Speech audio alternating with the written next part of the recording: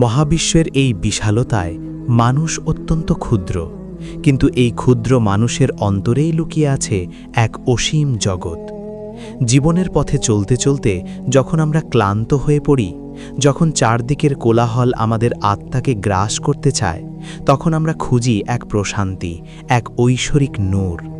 পবিত্র কোরআন কেবল একটি কিতাব নয়, এটি হৃদয়ের শেফা এবং আধ্যাত্মিক ভ্রমণের মানচিত্র। আপনি যখন ঈমানদার হিসেবে স্রষ্টার কুদরতের দিকে তাকান, তখন বুঝতে পারেন যে এই পৃথিবীর সব আয়োজন তুচ্ছ, যদি না তাতে মহান আল্লাহর সন্তুষ্টি থাকে। আজকের এই যাত্রা আমাদের সেই আধ্যাত্মিক বিজয়ের পথে নিয়ে যাবে, যা কোনো মানুষের হাতে নয়, বরং সরাসরি আল্লাহর কুদরতে অর্জিত হয়। আসসালামু আলাইকুম ওয়া রাহমাতুল্লাহ। শান্তির ধারা বর্ষিত হোক আপনাদের সবার ওপর। আজ আমরা কোরআন শরীফের অত্যন্ত শক্তিশালী ও মহিমান্বিত দুটি সূরা, সূরা আল ফাতিহা এবং সূরা আল ইখলাস নিয়ে আলোচনা করব। এই সূরাগুলোর প্রতিটি শব্দ যেন এক একটি আধ্যাত্মিক চাবিকাঠি, যা আমাদের অন্তরের বন্ধ দরজাগুলো খুলে দেয়। কোরআনের শুরুতেই রয়েছে উম্মুল কিতাব বা সূরা আল ফাতিহা। আধ্যাত্মিক সাধকদের মতে এটি বান্দা ও আল্লাহর মধ্যে একটি প্রেমের আলাপন। আপনি যখন বলেন আলহামদুলিল্লাহি রব্বিল আলামিন, সমস্ত প্রশংসা বিশ্বজগতের প্রতিপালকের জন্য, তখন আপনার অস্তিত্বের প্রতিটি কণা সেই মহান সত্তার সামনে লুটিয়ে পড়ে। এই সূরা আমাদের শেখায় তাওয়াক্কুল বা নির্ভরতা। আমরা যখন বলি ইয়াকা নাবুদু ওয়া ইয়াকা নাস্তাইন, অর্থাৎ আমরা কেবল আপনারই ইবাদত করি এবং কেবল আপনারই সাহায্য চাই, তখন আমরা দুনিয়ার সমস্ত মিথ্যা শক্তিকে অস্বীকার করি। একজন ঈমানদারের জন্য এর চেয়ে বড় শক্তি আর কিছু হতে পারে না। এটি আমাদের শিখিয়ে দেয় যে সাহায্য কেবল আল্লাহর কাছেই চাইতে হয় এবং বিজয় কেবল তার পক্ষ থেকেই আসে।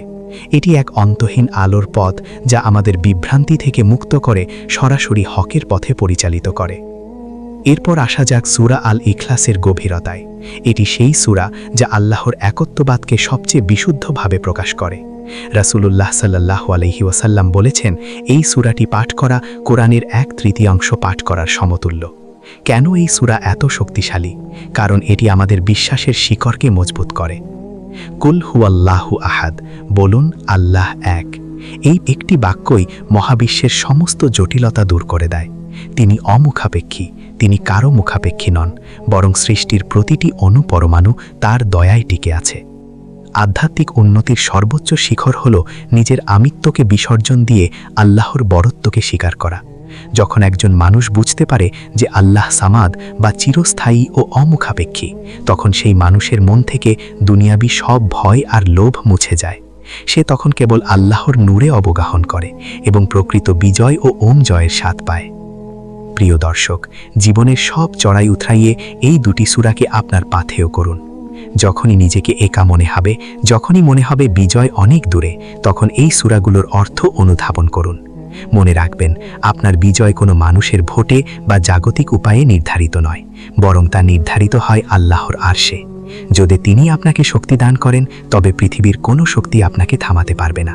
ঈমানের এই পথে অটল থাকাই হলো প্রকৃত সফলতা। আল্লাহ আমাদের সবাইকে এই পবিত্র আয়াতগুলোর গভীরে যাওয়ার তৌফিক দান করুন এবং আমাদের অন্তরে ঈমানের নূরকে আরও উজ্জ্বল করে দিন। আমাদের আজকের এই আধ্যাত্মিক বার্তাটি যদি আপনার হৃদয়ে বিন্দুমাত্র দোলা দিয়ে থাকে, তবে তা অন্যদের সাথে শেয়ার করুন। এই ধরনের আরও গভীর এবং শিক্ষামূলক আধ্যাত্মিক বিষয়গুলো জানতে আমাদের ওয়েবসাইটটি ভিজিট করুন। ডেসক্রিপশনে আমাদের ওয়েবসাইটের লিংক দেওয়া রয়েছে। সেখানে আপনি ঈমান এবং আমল সম্পর্কিত আরও অনেক মূল্যবান তথ্য পাবেন।